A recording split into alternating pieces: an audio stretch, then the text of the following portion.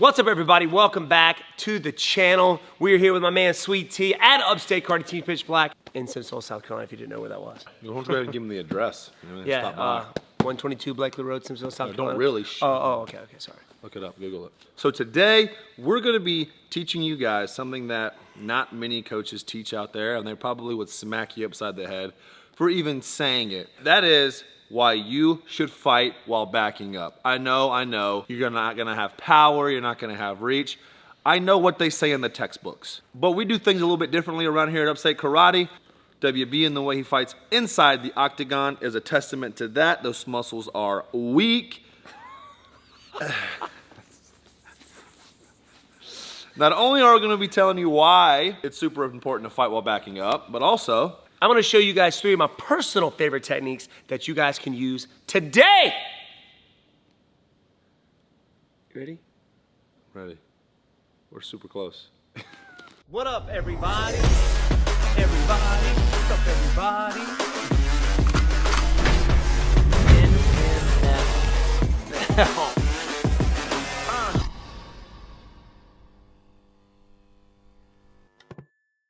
So as we mentioned before, we're going to give you a reason why you should fight while backing up. And I know that I said we, and that implies me, but in reality, it's going to be WB. WB, why should you fight while backing up? Well, number one, you're not always going to fight walking downhill. You're going to come across somebody who's going to be as aggressive or even more aggressive than you are. A hyper-aggressive opponent where they don't even like throwing strikes. They just want to move forward. You got to learn how to fight backing up. You got to learn to throw punches. The footwork's got to be on point. Your kicking ability's got to be on point while backing up. 2, you're out there with Francis Ngannou, and you got to fade back, missing his technique, countering him back with something of your own, knocking him out instantly. That's obvious. Yeah. In reality, in a competitive format, if you back up, and all you do is back up, and your opponent moves forward, and all they do is move forward, they're technically going to win the fight. Right. So, to stop that from happening, you have to learn how to strike while backing up. Yeah, like you said, you got to learn how to fight walking forward. You got to learn how to fight working side to side. You have to learn how to fight backing up. Why just work on one method, and that's walking forward or standing in the center of the octagon to throw blows, when you can learn so many different ways? Because there are different opponents that you're going to face, and you got to learn to face off against all of them. It's important to learn how to move and strike all over the place. It's just all over the place. You got to be able to seize it. Oh, 100%. You know, carpe diem. Look at Kevin Holland knocking out Souza from his back. Guard position. You got to learn how to throw punches Nico everywhere. Price with the up kick KOs. Well, let's get after this bad boy. Before I show you guys the actual techniques themselves, first I got to show you the footwork. Very important, so that way you're staying in good position to fire. Now, there's different methods of backing up. I'm going to show you guys one of the most simple ways to do this, and we call this the reverse shuffle. So if you're closing the gap, you pick the front foot up and you push off the back foot. We've discussed that in one of our podcasts, one of our Technique Tuesday before. Go check out the podcast, though. Yeah. But it's the same thing, but in reverse. I'm staying in good punching position while backing up. Sometimes we get in a habit of doing this, leaning back first. Which isn't terrible. It's not terrible. But it shouldn't be your primary. Right. It shouldn't be your primary way of backing up. It's just fading your head back, getting your hips up. There goes the takedown. But obviously, you're having a hard time punching back it up. I'm not saying you can't hurt anybody, but you're going to be more powerful in this, what I'm about to show you. So all you're going to do is the reverse shuffle. I'm in good punching position. I can fire off here. And all I'm doing is picking my back foot up and pushing off with the front foot.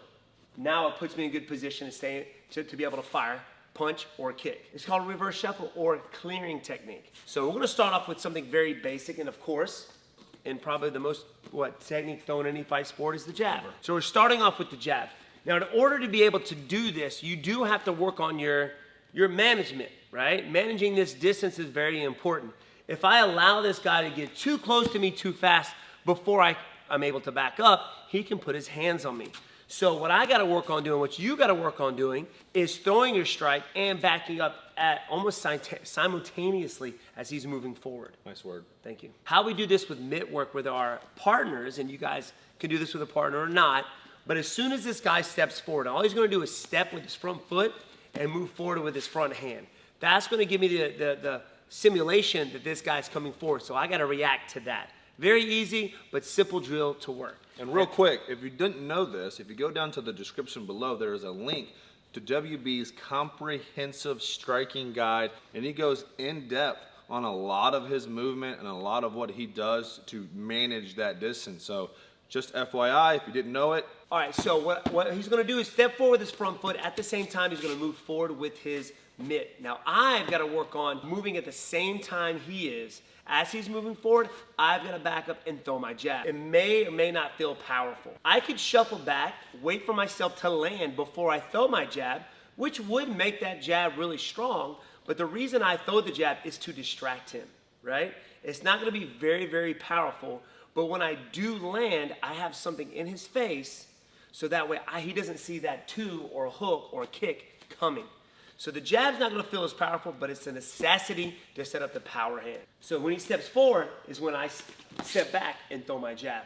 Now, if you notice, I'm using that as a strike, as a distraction, my range finder, okay? So yeah, it's not powerful, but boy, does it set me up for my power strikes. So great way to work it. So as he moves forward, boom, I'm throwing my jab. If you notice, it's the exact same time he moves. So he may move forward right after that, boom, or he may wait a second, and then I have to react to it. Now, if you notice, I'm moving that back foot first, sticking that jab in his face. I do this a lot with guys. So now we're gonna add the two. So I got the jab in front of his face. Now that I have planted my feet, it is time to throw the two. Great technique with a guy that's really aggressive. They're gonna run right into it, making it that much more powerful. So as he's coming forward, same thing with the jab. I got the jab in his face. He's got the right hand there for my two, simulating my opponent's noggin, and I'm gonna punch it right in the face. So as I step back, I gotta plant before I throw the two. Now, if you notice, you hear coaches say, sit down on your punches. As I jump back, I really sit down. I really bend my knees. I get low center of gravity, which makes my driving force forward that much more powerful. So we'll do a few of those.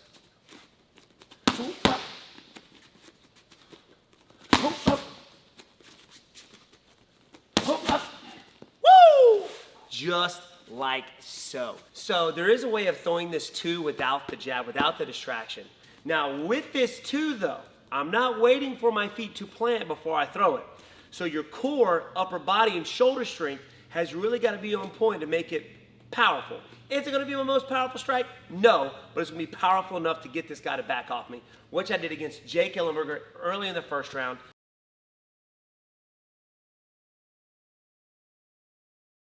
So what I'm doing is, he's coming forward, I'm backing up, boom, and I'm just throwing the two. So I'm actually stepping back and throwing the two at the same time.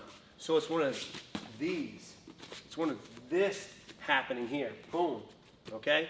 But then again, your core has got to be there to make it powerful and fast. So I'm backing up, boom, and I'm just firing right as he comes. Right when I know he's in range, that's when I fire. But as he's coming forward, boom, then I'm throwing the two.